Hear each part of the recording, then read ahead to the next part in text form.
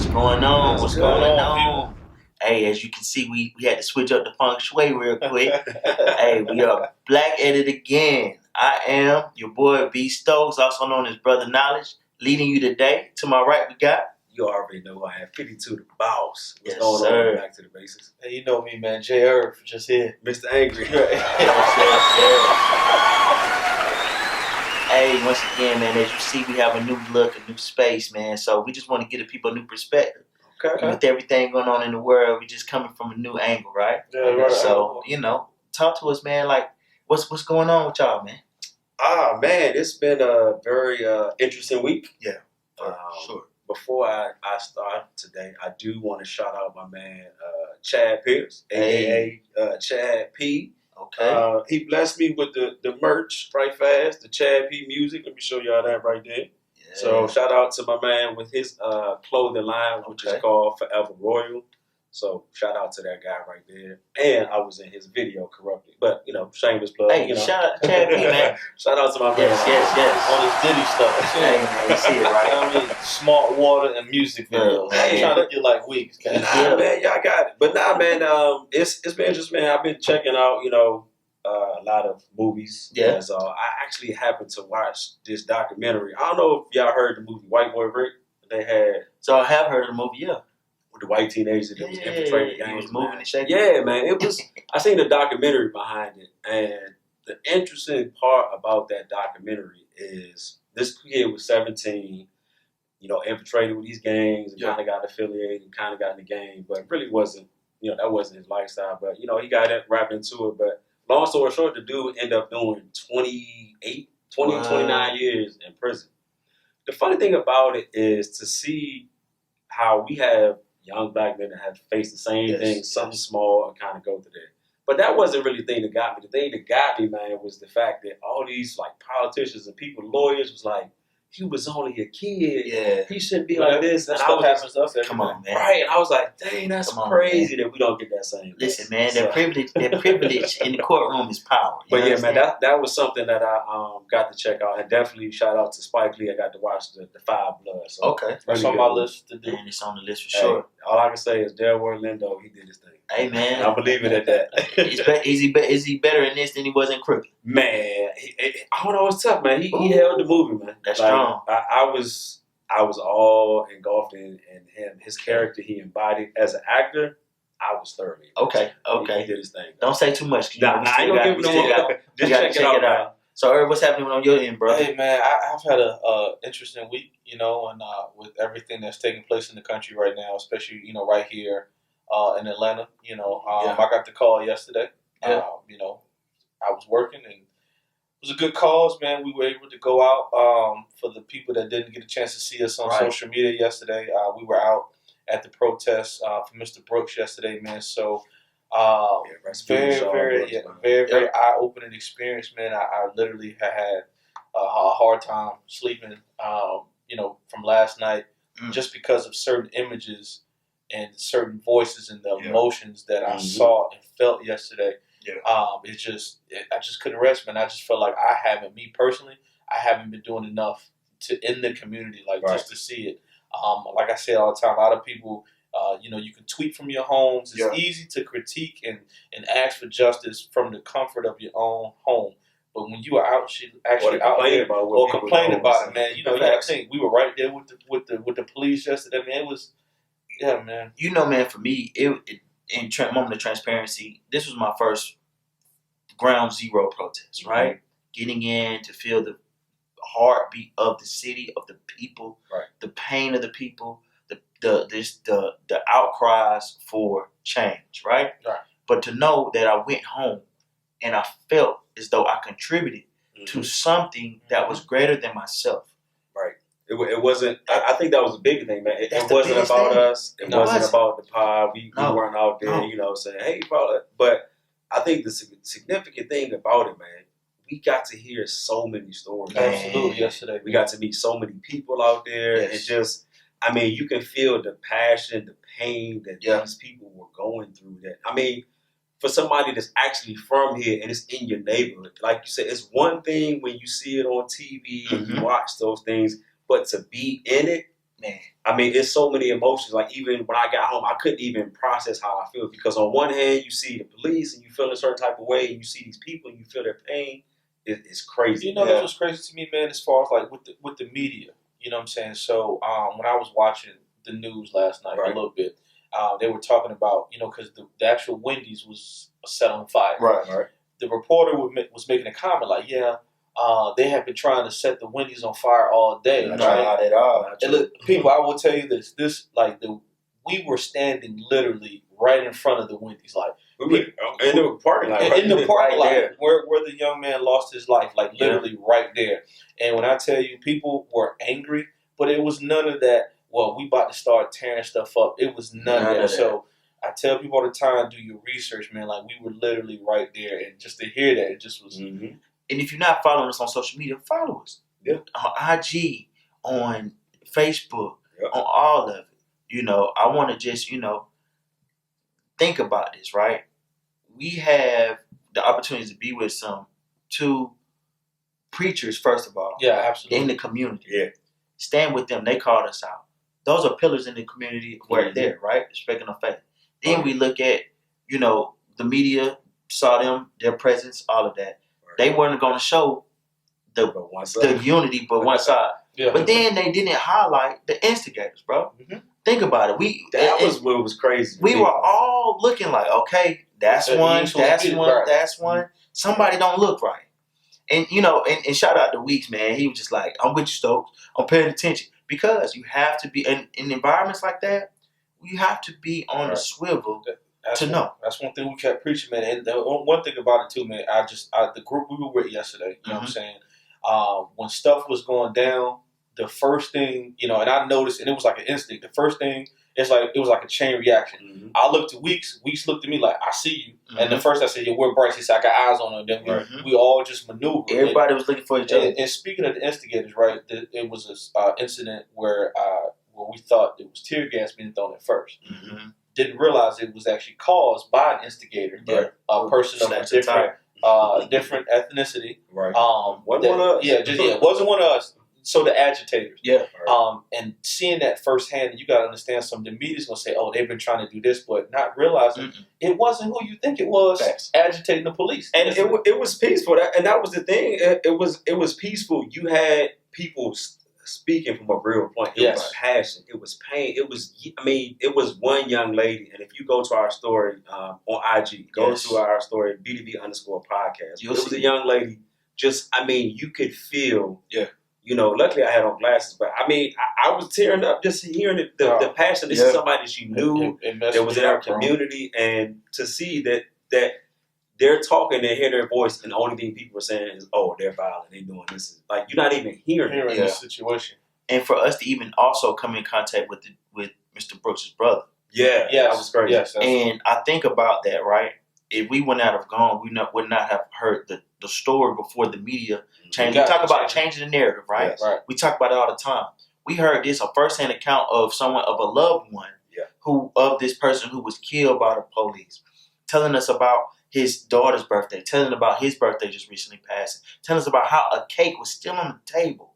He was just with him that night. He was just with him that night, waiting, to celebrate and doing all those things. So this is the time, once again, that we continue to stand in unity, stand in solidarity as one, continue to try to make as much change as you can. Keep up the fight. If you're not able to get out and be on the front lines, yes, COVID is out there. Understand. We were there masked up. We were there protected. We were there doing what we needed to do. That is first and foremost. Your safety is first. Mm-hmm. But if you cannot make a change from, the ground zero, make a change from home. Mm-hmm. Change your thinking. Change your perspective. Change your conversations. Those are the things that's going to continue to allow the needle to be pushed forward for change. And one thing I stressed yesterday, and I don't know if you guys pay attention, but anytime I saw somebody like white or a different race, the one thing I kept saying to, I said, man, I appreciate you. Don't let this be your only time letting your voice be heard. That's true. And because, people look for an opportunity as, as a, like you said, like a money grab or just an attention grab, right? Bro.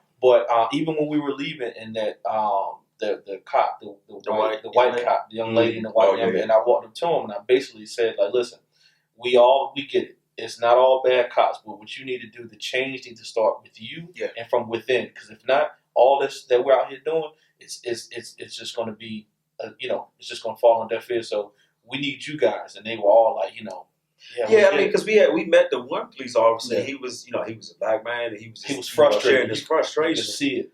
But I think the only thing that bothers me about that is when people try to say, "Oh, well, blue lives, this and that." Like that's not a life. Yeah, that's not. When you go home, you can take that uniform off. That's exactly correct. We can't take our skin color. We can't take going to a store and people profiling us. We can't take somebody saying, "What are you doing in this neighborhood that you live in?" So, from that perspective, it bothered me for that. But on the flip side, it was exciting to see people were out there that wasn't just us. Yeah. But and they were just on a real man, I was very shocked to see. I mean, you hear people talk about agitators and people, but we saw it firsthand. It was scary to see. Like, well, why is this person doing this? And okay, we're over here saying this, and now you're doing this, and now it's trying to make it seem like we're doing something. Yeah. So and think about the Wendy's, right? That was started by an agitator, instigator. That person, and people document it. Because you look at this stuff, like you said, on Facebook all the time, see these things, but to be in your backyard, you get amongst the people and you see, I don't know where these people come from, what group they are a member of, however they come out, but they came out in droves yesterday. If you saw, it was not one person, it was like 5 or 6. And they were spaced out in different cities. And they would just come in and strategically go where they need to go. But once again, let's keep the fight. Let's keep pushing the needle. Let's keep doing what we can, man, to make change. Arm yourselves with knowledge, man, and just that's it. And do what you got to do. Hey, shout out to everybody out there making a difference, man. Stay safe, absolutely. As we continue to roll on, man, we definitely got to get a different knowledge. We got to get our knowledge report from a different source today. What's coming from? So go ahead, man. Tell us 52, man. Tell us what's going on. I got to hear this. Oh man, this is interesting. Yes, sir. It up. So man, I got a very exciting knowledge report, man. Okay. All the time we try to keep things aligned with what's going on about the topic and everything. But this person is very significant to me, and I didn't even know he was significant. So I'm going to talk about a Mr. Samuel Wilbert Tucker. Okay. This is very key because this is an unspoken hero. We talk about unsung and different things like that. So let me tell you about Mr. Samuel Wilbert Tucker. Tucker was born in my home state, city, original place. He was born in Alexandria, Virginia. Okay. Not only Alexandria, Virginia, Old Town Alexandria, where I actually born, raised. My parents, my grandparents were all from. So very significant. On June 18th, 1913. His father, Samuel A. Tucker, was a real estate agent and also a member of the NAACP. His mom was very prevalent on education, so she had no tolerance for not going to school. Gotta have. And he actually he quoted as he got involved in the civil rights movement from birth. He said, "I was born black." So from that moment on, he knew what he had to do. Okay. The great thing about him is that growing up in Alexandria at that time, there wasn't a high school for blacks to go to. Okay. So he actually after he graduated 8th grade, he actually had to cross the river to the Potomac River. Okay. And actually from there, he had to go to school in D.C. Wow. So after attending school in D.C., he went to the illustrious HBCU, Howard University, the real HU. That's what they say. To the Hampton folks. That's what they say. I ain't from Hampton, right? So you good.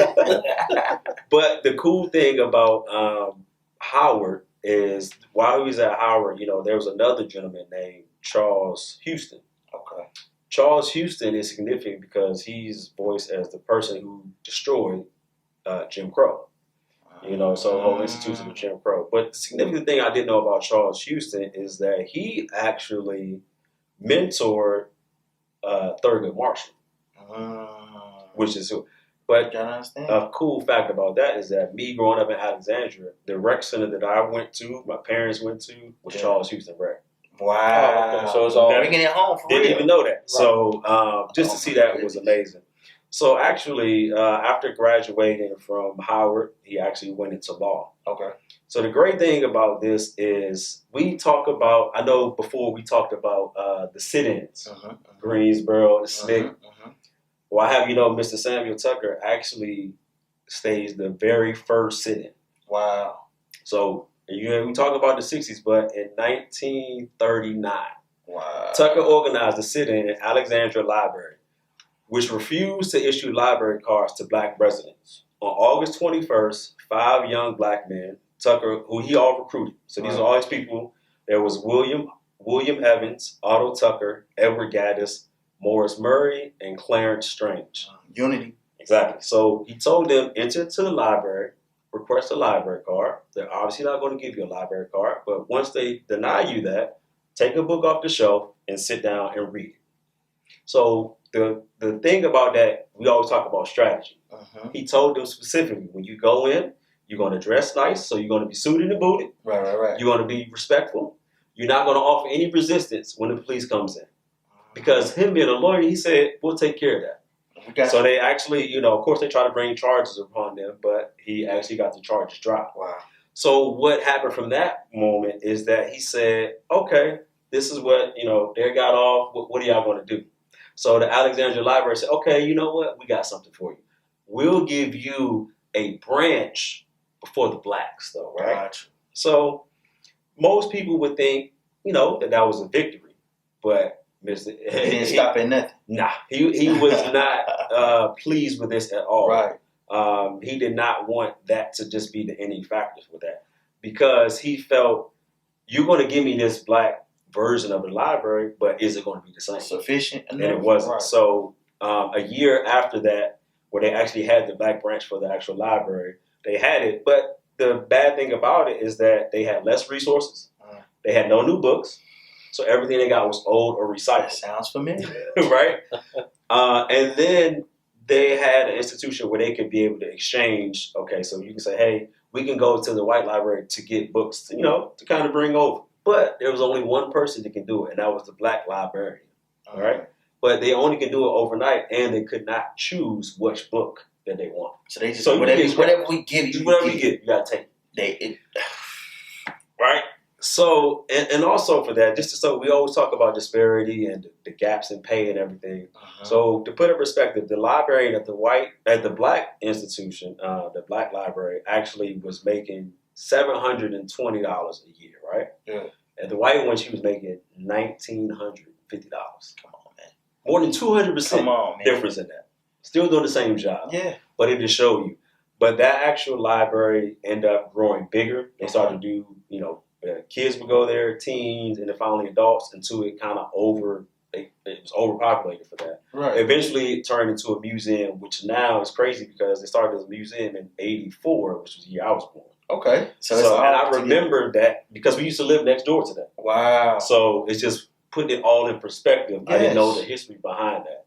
So I definitely want to shout out to this gentleman to really change everything with just fighting for social injustice, man. So let me shout out to him. Right? Hey man, shout out to Mr. Tucker, man. It's always good to know where you came from, man, and just know the history of the area. It was crazy because growing up in Alexandria, you hear about these things. The thing that we always knew about was the sense of slavery. Because in Alexandria, they imported slaves. Exactly. And they had houses the jails that slaves would be held for auctions and everything like that. So we knew that aspect of it, but you never hear about the prominent black people in there. Mm-hmm. So I was thrilled to hear that, man. Shout out to Mr. Tucker. Yeah. Shout out to Mr. Tucker, because one of the things I think about, like you said, bro, that mentality of slavery, even though in that time they were quote unquote free, they were still getting the scraps, getting the things that were the less, getting the things that he wasn't satisfied. He wasn't stopping at nothing, man, for that. You gonna give me a little substrate? I want everything, man. Man, it's just one of the things, man. But it also started with reading a book, right? Yep. How powerful is that? How powerful is that, right? Reading a book and getting into the knowledge of just what are in those books. So shout out Mr. Tucker again. Now we're gonna keep it rolling. We're gonna tap into the word on the street from Brother Irv. Hey, I still can keep my job. I'm still looking for word on the street. Hey man, keep it moving, right? You got it, baby. Hey man, so I want to shout out the Harris family, Sextuplets from Alabama. I don't know if you know who they are, but they were one of the first surviving set of African American sextuplets to actually still continue to be here. So they all just made headlines. They just graduated. Wow. High school.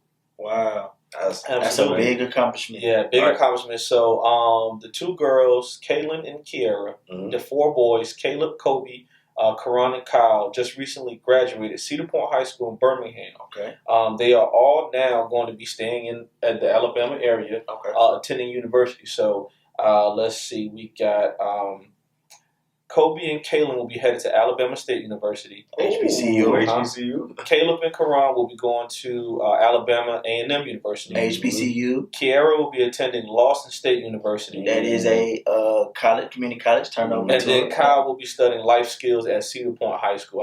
I don't think he's taking like not an internship or something. He's doing something different. So I just want to do something different, man. Like I said, I'm trying to stay away from the COVID stuff. Man, no. You know what I'm saying? I've been successful last 3 weeks, right? Yeah, no COVID is key, man. You did it. So shout out to the Sextuplets, because the thing of it is, they've accomplished so much from even being born and being able to maintain and be here. Absolutely. That's very difficult. And then as they're stepping into their secondary education, shout out to y'all, man. Yeah.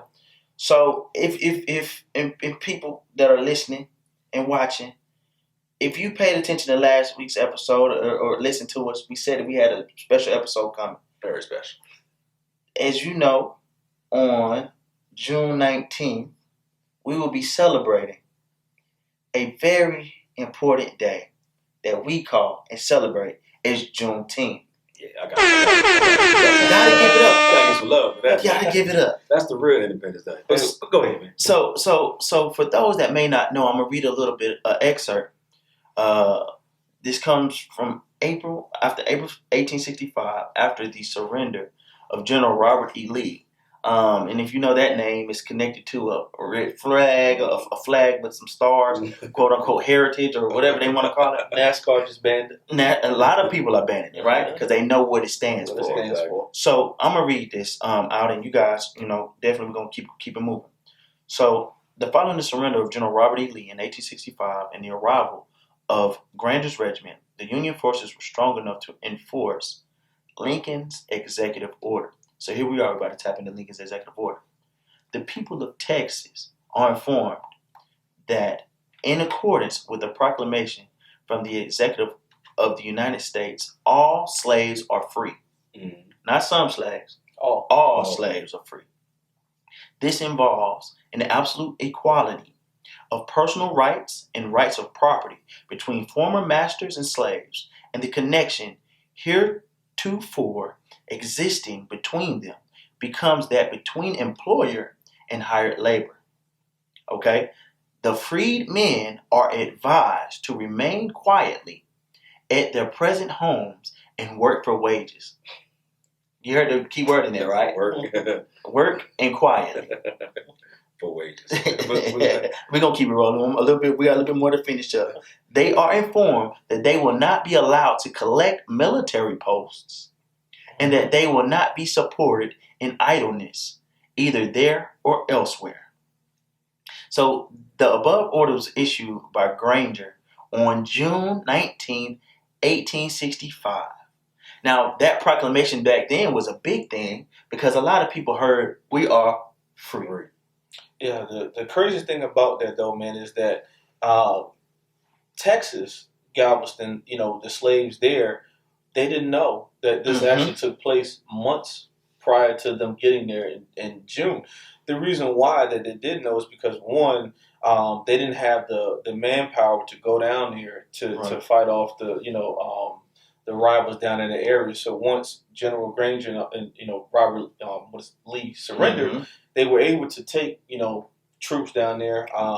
I think it was approximately it was 1800, I believe, 1800 down to Texas to deliver that message, which freed 250 slaves in the state of Texas. Yes, but they were free, but with everything, it is a little catch to it. Amen. Because some people were, even though they were celebrating they were free, some slave owners withheld that information. They technically did not tell the slaves until one, harvest season was over with, or a government official or agent showed up at the plantation to inform them, hey, what y'all got going on, this ain't right. Yeah, because we were supposed to be free. Right. Emancipation Proclamation. But we know how that went. Exactly. One of the things, man, that you think about, right? Like you said, there's a catch to everything. So my question to you guys, fellas, when we start with you, Brother Weeks. Yeah. what does free mean to you? According to America, we're free because we're able to walk, we're able to breathe, we're able to live. That means free. To me, though, freedom really comes from a state of mind. You know, free thinking, free in your thoughts, being able to move how you please. We know here in America, for Black and brown people, we don't have a lot of the luxuries and liberties that some others do. As much as they say, "Oh, well, you free? This is a free country," Right. You know, but what comes with that free? Your definition of free completely different from mine. From mine. Exactly. But really, for me, it's really just starts with the process of thoughts. Right. And really empowering yourself to really think outside of that. Because a lot of times we are trapped mentally. Yes. If you think about over 400 years of slavery, you know, and mental slavery, and then just being oppressed in so many different ways, just to have to go through that. And you hear me say it all the time. It's so much you have to go through. And your skin is a little different. It is. Yes. Your skin's a little darker. You have to go through so many things. And work a little hard. You still have to do the normal things that everyone else has to do. But no one knows all the other things you have to go through. Yeah. And I would bring it back to yesterday. Right. You know, while us having an opportunity to go protest in Atlanta for Rashad Brooks. Going there, I can recall when I left the house thinking, I wonder if this is going to be my last time leaving. I made sure to kiss my wife, kiss my son, tell my mom I love life. And it's crazy that you have to think like that. But I remember just thinking, like, is this going to be the day that something happens to me? And it wasn't that I was worried about, something's going to happen as far as the riots, that there was going to be a riot or anything like that, because we went there to peacefully protest, and that's what we did. But the fact that you have to think anytime I'm in a car, a police car gets behind me. Right. You got to tense up, and you think about all of these things. So when you think about saying we're free because we're able to be in a country, but this is a country that people ask us to go back to our country. Right. But if I recall, we didn't take no ship here and say, "Hey, we wasn't on no cruise ship saying, yo, we're trying to go here." So when you think of that on the larger scale, it's like, well, what really is freedom in a place that doesn't want you? Right. But they want everything that you have, but they don't want you. They don't want us. They need us. They need the resources that we have for us. So to that was my very long answer. No, I got you. No, that's a solid answer because, bro, one of the same things that you said, and I'm sure you did as well, Herb, you prepared your mind and your heart to step out your front door. Yeah. And I promise you, just because our skin is a little bit darker than most, or a lot of other people, they don't have to do that. They don't have to think twice about, man, I'm about to go do something to try to evoke change. But will my life be changed or my family's life be changed out of me trying to make a change? Right. How about you, Herb? What does free mean to you, bro? Oh, man, entrepreneurship. And not necessarily owning the business, but being your own boss. You know what I'm saying? I always say this, man, like, as long as you have to answer to somebody, you know what I'm saying? You're not free because you have to answer to someone. And, going back to what you were saying as far as being free, being a state of mind, that's absolutely true. But just being able to have your own ownership, you know what I'm saying? That way you can truly say, hey, I have something here that I own, that I can pass it down to my daughters or my cousins or whatever, because other races do it. Yeah. This is how, they always say the rich get richer. You know what I'm saying? Like, hey, I own something. I'm going to pass it to you. Yes. You don't have to work for nobody. Therefore, you don't have to answer to nobody. You make your own rules. You can necessarily say that you're free. You know what I mean? So let me ask you something. I know you being a hip hop person. Do you remember the interview on the Breakfast Club with Dame Dash? Yeah. When he was going, like, people were like, "Oh, he's spazzing," but what he was saying made complete sense. He asked DJ Envy a question. He said, "Is it yours?" He couldn't answer.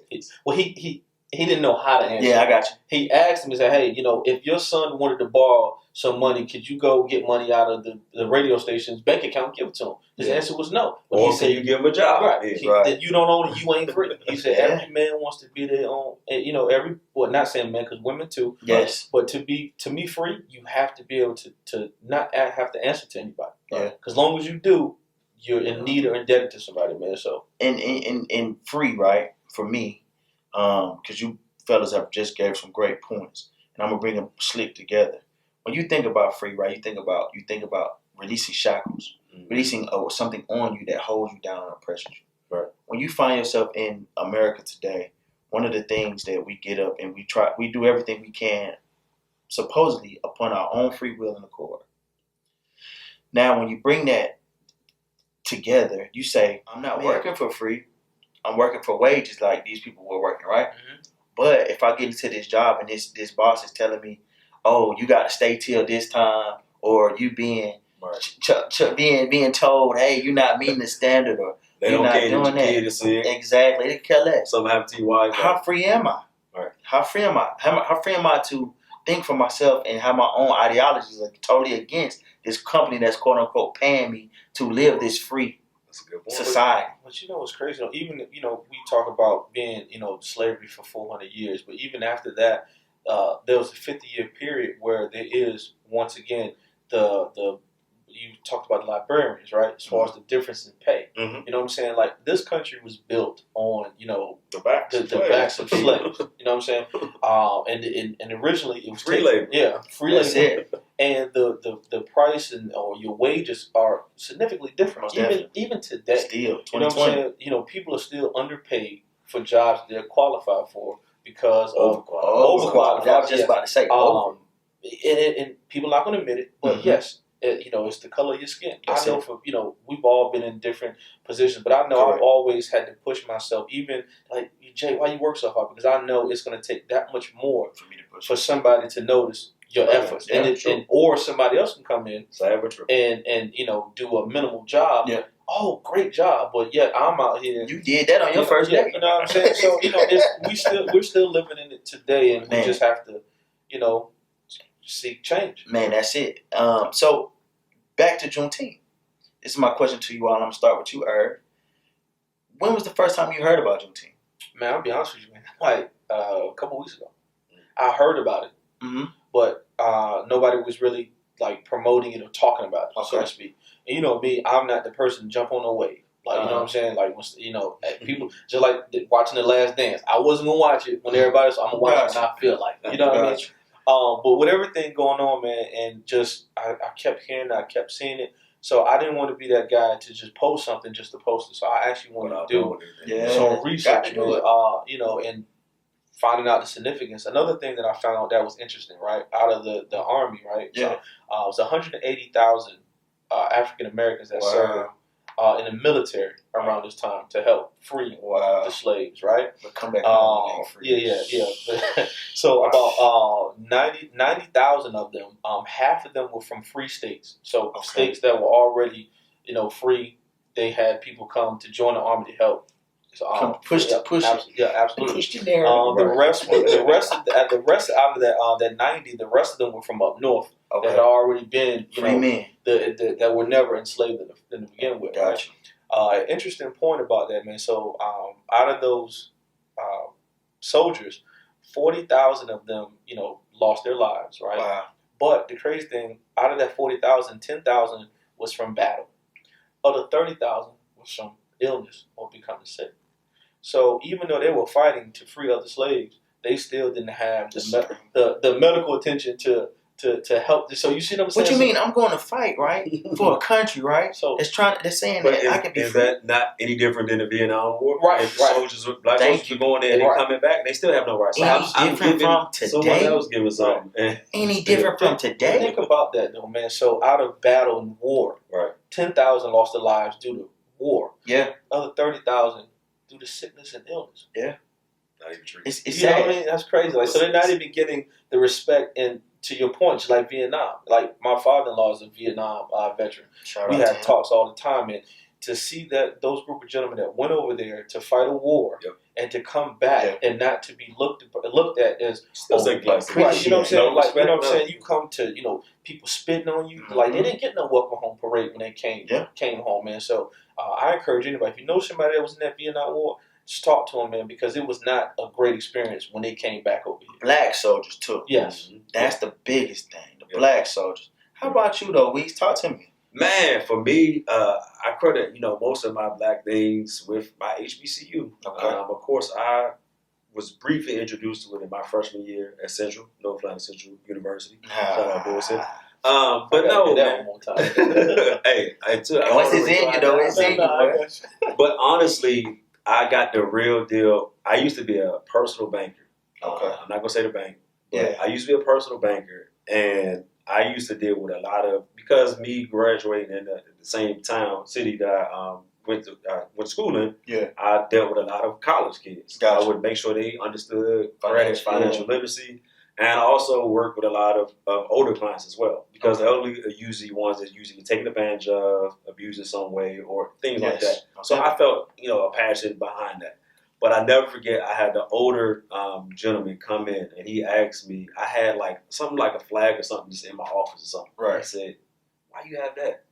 He said, you know about Juneteenth. And I was like, "Yeah, I kind of know." He said, "You don't know about Juneteenth." He said, "What is Juneteenth?" I was like, "Yeah, I tried to give a brief, John." He was like, "Nah." He just kind of just went in like, "You got to know this." I mean, to the point, this dude was writing stuff down. He's not looking at no book. He ain't looking at no phone. Yeah. He's writing things down for me, like, you need to look at this, and this, and this. This is significant. This is your 4th of July. Got it. From that day on, I've never celebrated really no celebration or dressed up or anything like that since that day. You ask yourself, do we really celebrate 4th of July? Man, we do. It's really. Here's the thing. Yeah. We as black people, we find any reason to celebrate. Anything we can get together, because I was about to say anything for us to get together. That's what I was about to say. But that was the thing. Because if you look back in slavery, we were not supposed to be together. If we got together, they plotting. Mm-hmm. So while people think like, oh, it's hot, they trying to throw something in the grill. That was a time for us to hey, my family, what's going on? Right. I ain't seen you in a minute. What you doing? You working at that That was the time to link up with everybody. So the significance behind that now, which I'm seeing that now, is like, oh, that makes sense. Yes. Because if all these years we were not supposed to be together, that's why we always try to get together. Now, like, it's 7 degrees, man. Hey, come shine out. What you got going on? Got some chicken. Got some real. We see it all the time, man. Like when Stokes is throwing his pictures of stuff on it. Yeah, I said certified pit man. Hey, man, I love. So one thing about it, like you said, man, 2 things for sure. When you can bring a group of people a family, a unit, to come together, no matter what's going on, where they at, they could come together. Love is in the building. That's where it's at. Yeah. And I think that's one of the things that the connection to Juneteenth as well is as well. They celebrated. They had a moment of Jubilee, which is what they also call it, Jubilee Day, to where they were able to, I guess, proclaim their freedom. Yeah. Proclaim it to the world. Let the world know, hey, we are free people. We've gone through what we've gone through, but we made it on the other side. Now, when we look at, so what about for you though? Because I know you from the South. That's what I'm just about to break it down. So I definitely want to hear your perspective on that. So when you bring it all back to, when I first heard about it, man, I credited mine as well to my HBCU, because as a kid in Atlanta, it wasn't the Old Navy T-shirts was the thing, right? 4th of July Old Navy T-shirts. Go to Stone Mountain. Yep. Now hear me now. Go to Stone Mountain and see the fireworks in Atlanta. I was here for that one year. I was like 7 years old. They had a fireworks show and a laser show. Crazy. And I think about this, right? You're looking at these Confederate leaders on a mountain. You're looking at images of them carrying a Confederate flag off of a laser show where they're celebrating a country that is so-called free and for the free and for the people. Speaking of that, man, when we go for our walks or our hikes on Stone Mountain Sundays, stay tuned for that. People who y'all involved in that. As soon as you walk up, there's a big Confederate flag on the pole right there. Mm-hmm. Right there. But this was so hot. It's like I say, when I was a younger kid, 4th of July, we're gonna have everybody come together. Now the older people in my family, it was nothing really spoken of, but they really was like, oh, we're gonna celebrate the 4th of July. We're gonna all get together, come together, pray, do what we need to do, make sure everybody's straight. Because this, once again, this is the mid point of the year. You have to assess, hey, how's you doing? Do you need anything? Sure, you good. Do you need anything? Where are you at in life? Can we help you push you forward? Those are the conversations I would hear. Right. And as a child, you don't understand the point of that. But as I got a little bit older, going to Savannah State University, shout out to the Savannah State University, the University by the Sea. We definitely, it was taught to me in African American Studies my freshman year. Yep. The importance of celebrating Juneteenth. And then I did not know, it was a grade. We would get a grade for going to a Juneteenth celebration that took place down in our Bull Street. Oh, yeah. In like a small hub of Savannah, where the civil rights places are, the NAACP offices. It was definitely there. being brought over there. Exactly. So definitely. So we would definitely go down there and celebrate that, and that was my eye opener too. Right. Hey, you coming back to Atlanta? You went to a laser show at Stone Mountain, understanding that these people are celebrating a Confederacy. Right. You know what I'm saying? All of that. So I was like, whoa. But it's a moment that ever since that freshman year, right. My whole perspective on it has totally changed. But you also know what's crazy? What's that? Juneteenth is not a federally recognized holiday. Not right. So all the states recognize it, with the exception of Hawaii, Montana, North and South Dakota. The fact that we're here, it's a state holiday, but it's not a federal holiday. No. We need that day. Yeah. So and you see now, Nike is observing that day as a paid holiday for their employees. Really? So it was the No Fun League. Yep. I was about to say that. But you know what? They had to. They had to. So, but because it's the time for change, right? And I think that this moment where we look at for Juneteenth and how we are bringing it to the people, how many people were now going to change their perspectives with their family, with their kids, with those, their colleagues, to say, hey, I knew nothing about Juneteenth. Yep. This is something that we want to be able to impart on our family and the legacy, like you said earlier, to change. Yes. When we look at it as well, Jay Weeks, tell me, okay, one of the things you plan to do going forward, or are there any things that you see that has come of Juneteenth personally in your life? Yeah, I mean, definitely for me. So one, I'm gonna bring everything back to yesterday, right? Being able to go protest. Not only am I excited, even more proud to be a black man, a father, a husband, but it's allowed me to see. We always talk about, we've come a long way, but still we have a long way to go.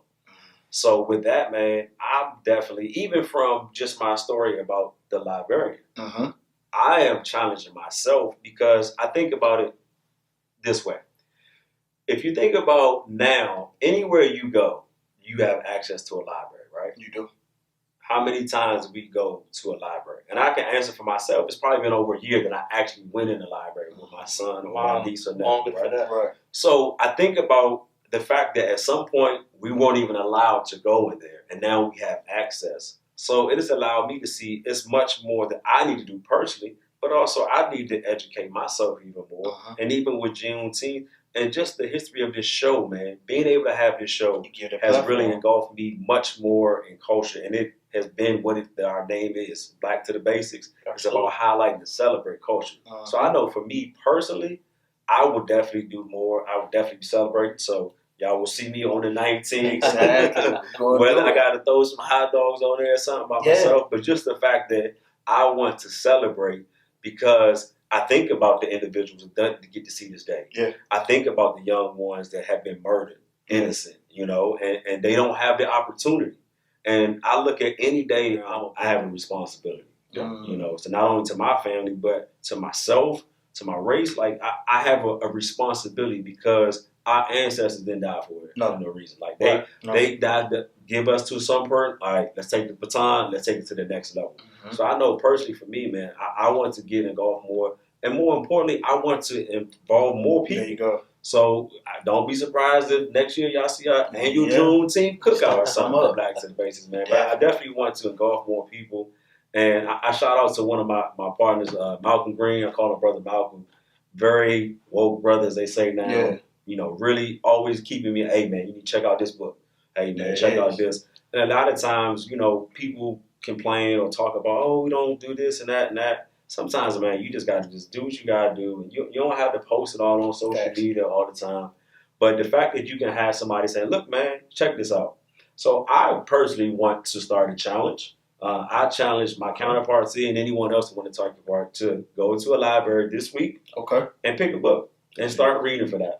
So next week when we come back, I will tell y'all what book I part. But I challenge each one of y'all and anyone that wants to partake in that to just take a book from the library, check it out, and just start reading for that, man. I just want to start that. So that's something I personally want to say. Man, so Herb, with you being from, or you having family in Texas, you having a connection to, Texas and everything, and understanding where Galveston was. What's the? I guess how far is Dallas from Galveston? Man, to be honest with you, I don't know. I got you. But but it's close enough. I got you. You know what I'm saying, to understand. Like, I got family in Dallas. I got family in Houston. So I've been to Texas numerous amount of times, and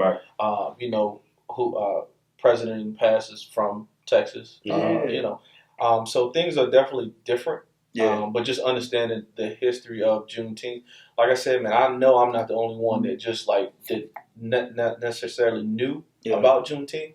But I think now, with everything going on, to be proud of who you are, where you come from, and to your point, yesterday, man, it was such a adrenaline rush for me yesterday, almost you know what I'm saying, just seeing our people out, just fighting for the same cause and the unity, man, and to hear that we're still in 2020 fighting the same fight that people have died for, and for people that gave their lives for us to have these luxuries, we owe it. We owe it to them, just like going out to vote and just everything, man. So we just need to stop nothing's going to change. If you have that mentality, nothing's going to change. These people would kill to be able to do the things that we're doing right now.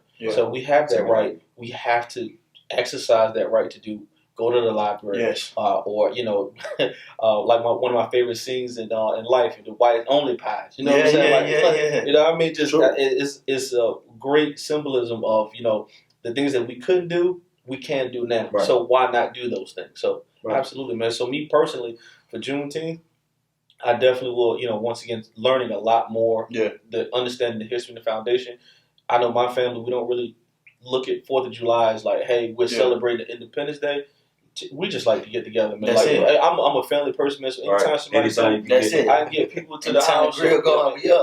That's a beautiful thing, man. So it's in our blood. Yes. And I know you about to answer, but I really want to hear y'all answer with this. Why do you think they don't have a big celebration or anything that is why do you think that's kind of hidden from us when it comes to Juneteenth? A lot of people don't know about it. I was just about to kind of put it in the piece, but I definitely drop it now. So here we go.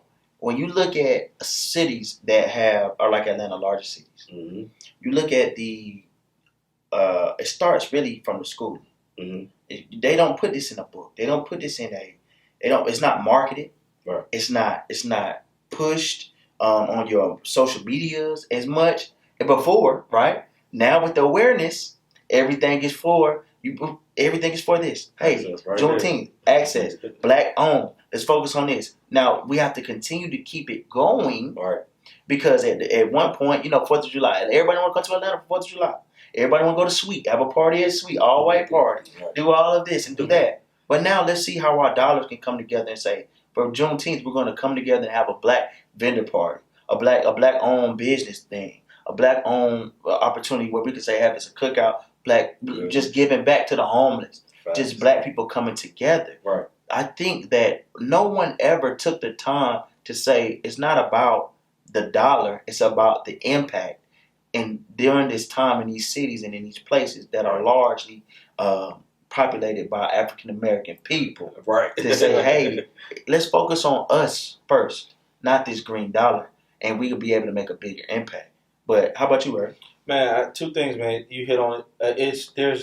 There's no money in Juneteenth. And I don't mean to sound insensitive, but look at it from a business standpoint, right? Everybody, the 4th of July, right? They pushed. You got the 4th of July sales. Yep.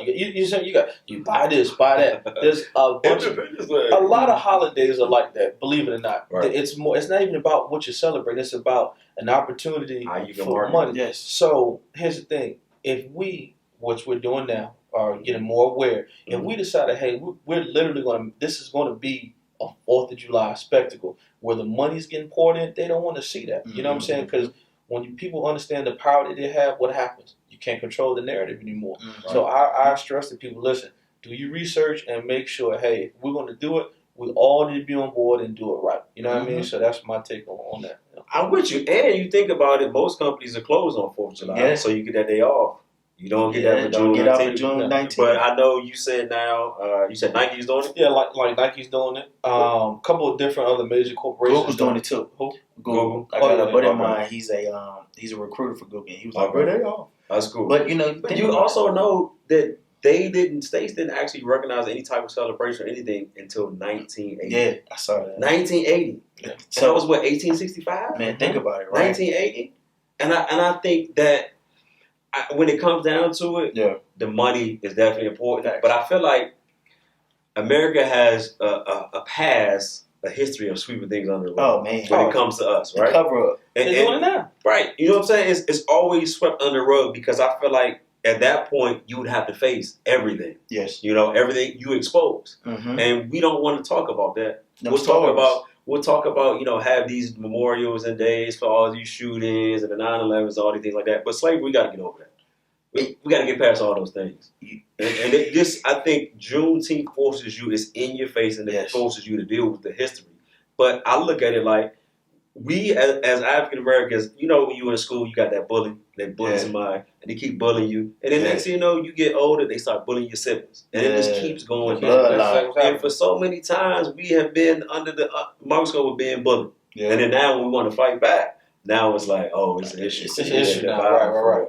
But I ain't mean to take you off track, but I really was concerned about that because, you know, a lot of people don't know. And like I said, I wasn't, until I ran into that gentleman in an HBCU, it was not something that was significant to me because it's something they don't teach. They don't talk about. I feel like now more than ever is the time to anything that's Black culture. We need to highlight. We need to celebrate. We need to get out there. We got technology. Create a hashtag, like all that. We got a movie because, you know, that's one of the things that I was going to say to answer the question. That, like, as we bring it and close it up. Yeah.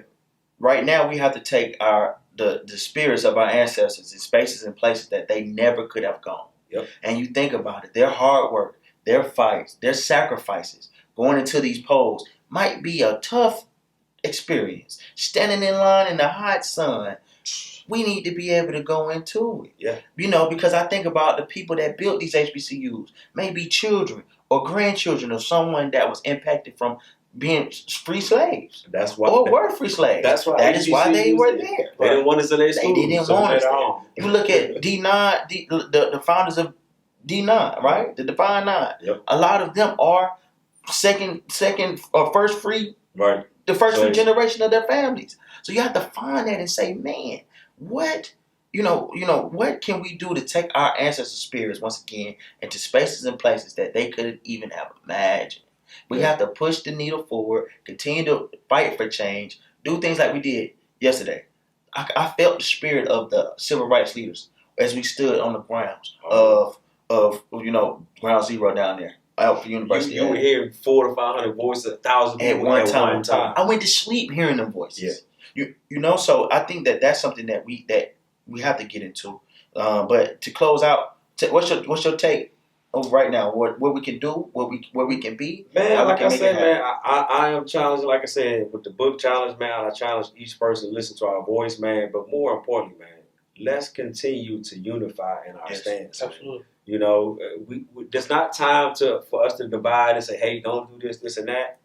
The one thing that I learned by protesting yesterday was that we need all aspects of it. We don't need just protesting. Mm-hmm. We don't need just social media. We don't need the politicians. We need all aspects of it. We need the full course meal. Yeah. The appetizers and everything. So come fully prepared, man. So I'm not going to shy and say anyone should be doing this or that. Yeah. I'm saying we need all aspects of it. Yeah. And I think the bigger thing, too, that also may be an impact. A lot of times we're doing these protests and everything like that. And think about this. The people that are oppressing us and doing these things and killing, they're able to go home, go to their neighborhoods. And we got to live with that. Yeah. You know, what if we were in their neighborhoods and just protesting peacefully? How did that change how you think? You already view us as a threat. Yeah. How do you feel when someone is in your neighborhood? In your backyard. So it just thinks about, man, when you have to be in the place that you grew up, the place you live, and you got to fear for your own life, man. Yeah. So I say that to say, man, stick together. Do not give up. Keep pushing the fight. Yes. For those who the naysayers, hey, we don't need you. Go tap to somebody that's with us, and we're going to move forward. Yes, sir. Yes, sir. How about you, Early? I'm going to close mine out with, man, this is why the all lives matter thing should just stop. You know what I'm saying? So this is why we are out, on the front lines, or why we are bringing awareness, because it's not about all lives. Right now, Black Lives Matter. This young man lost his life, Yeah. in a very tragic situation, and you see the reaction to what's going on, and it's not just because of what happened to him. This has been happening to our brothers and sisters for years. So when you see, and that's one thing too. Like I said, I really enjoyed being out there with the people because you can feel the rage, the anger. Like I said, that The pain. that young lady that was out there yesterday, man. Like I said, I don't know her name. Mm-hmm. I will never forget her face. I will never forget, her. I don't know if that was a sister or a friend. When she was crying, she was holding her up. And the first thing I thought about is, you see the photos. You see people taking pictures of protesting, but I'm here. Yes, I see it. I hear it. So to answer so this is why we do it, people. Yeah. We need to invoke the change. And Juneteenth is a great day to, reflect and be proud of who you are. Yes. Don't be ashamed to be a Black person in America or a person of color. You know what I'm saying? So be proud of who you are. Know where you came from and understand the privileges that we have now. Somebody had to give their life in order for us to do the things that we're doing today. Yes. Don't lose sight of that. Man, hey, as we emancipate ourselves, man, body, mind, and spirit, we celebrate that on Juneteenth, man. So let's continue to do that. Let's shout out Juneteenth, man. On June 19th, we're going to be turned up. Yeah. Just to be able to have us a good one, man. We're going to be together, actually, on that day. So I'm excited that we're going to turn it up. That's a great day. Very much. For many reasons. Yes. Hey, man, so it's a good part of the show right now, man. To tell them why you mad. To tell them why you mad. And it's on Mr. J Weeks today. Because I'm going to tell you why I'm mad. You know what I'm saying? I'm going to tell you why I'm mad. I'm going to tell you why. Y'all know typically when I have tell you why you mad. It's usually I have a little humor in my tell you why you mad. Yeah. Today is a little different. Mm-hmm. It's something that's very significant, and I'm not trying to ride no wave, as they say. I'm not trying to be cliche. But y'all know I'm really big on social media, right? I'm looking at stuff always. Yeah. I'm always watching. And I am mad not only at myself, but just a lot of my brothers, my people, of us not giving credit to these Black women. Man, I look at some Black women that I follow on social media that I've been following for years, and they've had 4, 5, 6 businesses, being a mom, being a wife, and just grinding. And we always talk about the fellas, man, my man's, he hustling. Hey, y'all, he getting it, man, he grinding. But we don't give that same nod to the ladies, man. And I just I've just been looking at social media, I'm like, man, you doing this? You got, oh my gosh, like I just seen you, but you was doing, and there's a person that I follow that was a customer for me when I worked in the cell phone industry over 10 years ago. Yeah. And just had an idea for something, and now has her own business and doing things. So it's just to see stuff like that, and just to see these women just really out here grinding and don't take no stuff, and they don't complain. They look, hey, I'm gonna get it done. Right. And a lot of times, us fellas sometimes have, hey man, I can't. This is in the way. I can't really move how I want to move. Man, if you've ever seen a Black woman, as a parent. Nothing like it. Unmatched. I look at my wife and I don't see how you do it. How she just with the kids, man, how she moves. It's like, it's something that's unmatched. The grind, the hustle is second nature. No matter what's going on, they can work all day. They'll come home, make dinner if they got to, get everything straight, and don't complain. Man. Yeah. So I say this to say, man, we got to give these women these flowers and shout them out. We got to give them that same shout out, that hustle grind. Keep grinding. So, man, there's two sides to that. Hey, man, we got to shout it out, man. I'm just looking at these women like, man, these entrepreneur women are getting it from real estate. I mean, even my sister, Savvy Brandon, which does all our social media management. Don't work. Just her rebranding her business and just seeing the passion she had just for faith-based businesses and just grinding it. She's just like, I want to help people, man. And not asking for no handouts, but just getting it done. Right. And a lot of times people always say, hey, man, I can't do this because I don't have this. But sometimes, man, it just takes, you got to jump out and go out there and get it. You just said a mouthful right now. And shout out to Juice and shout out to my mom and shout out to all the women that's doing great things in my life. Yeah. I think about it, and this is something that I've heard Juice say, find a way or make one. Okay. And when you think about it, that's something that a lot of Black women embody. like you said, sometimes they got 1,000,001 things going on, but they gonna still take the time to have that 1,000,002 things and make that happen if it's on their plate. So shout out to all our queens. I see it. Thank you. I see it firsthand, man. Like I said, my wife, we have 2 children. She works full time. She's a full time mother. Artist. She's on her second children's book. So I see it, man. It's just once again having that respect for women and they hustle just like we do, and they got way more on their plate. Right. That's what I say. We appreciate y'all. Right. You ever been home with your kids by yourself? Boy, you struggle bus. Struggle bus. Hey. Yeah, so thank you. That's all I can say. Shout out to the queens. For out there doing it, but definitely that, man. Man, listen, man. So, as you know, man, we are Black to the Basics, and we about to take it on out of there. June 19th, y'all celebrate, Juneteenth. Let's get it. Support your Black business, support your Black brothers and